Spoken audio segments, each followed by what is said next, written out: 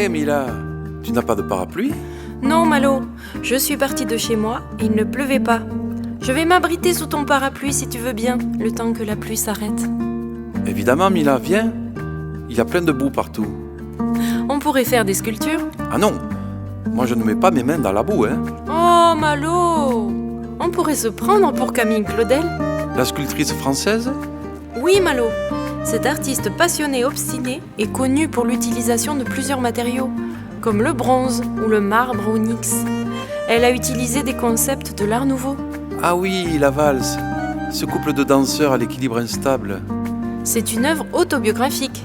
Elle a été l'élève, le modèle et la maîtresse d'Auguste Rodin. Le sculpteur? Il a été davantage connu, lui, non? Ah, mais c'était un homme. Comment ça?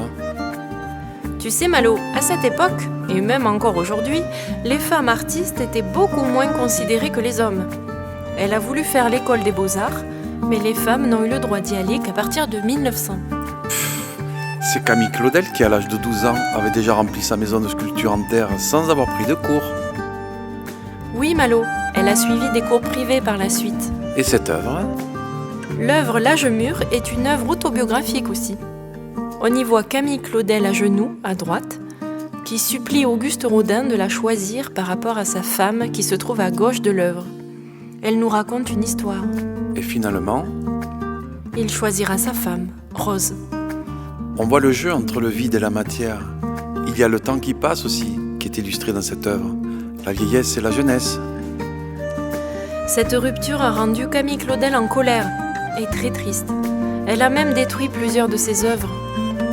Au fil du temps, elle a été de plus en plus mal et a passé 30 ans à l'hôpital pour ses troubles paranoïaques et mentaux.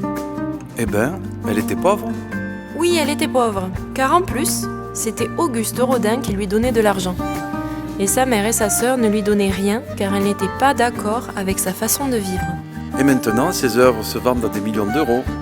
Oh, la petite châtelaine. C'est difficile de travailler la chevelure comme ça. Oui, Camille Claudel avait beaucoup de talent pour travailler le drapé, le mouvement, le corps nu.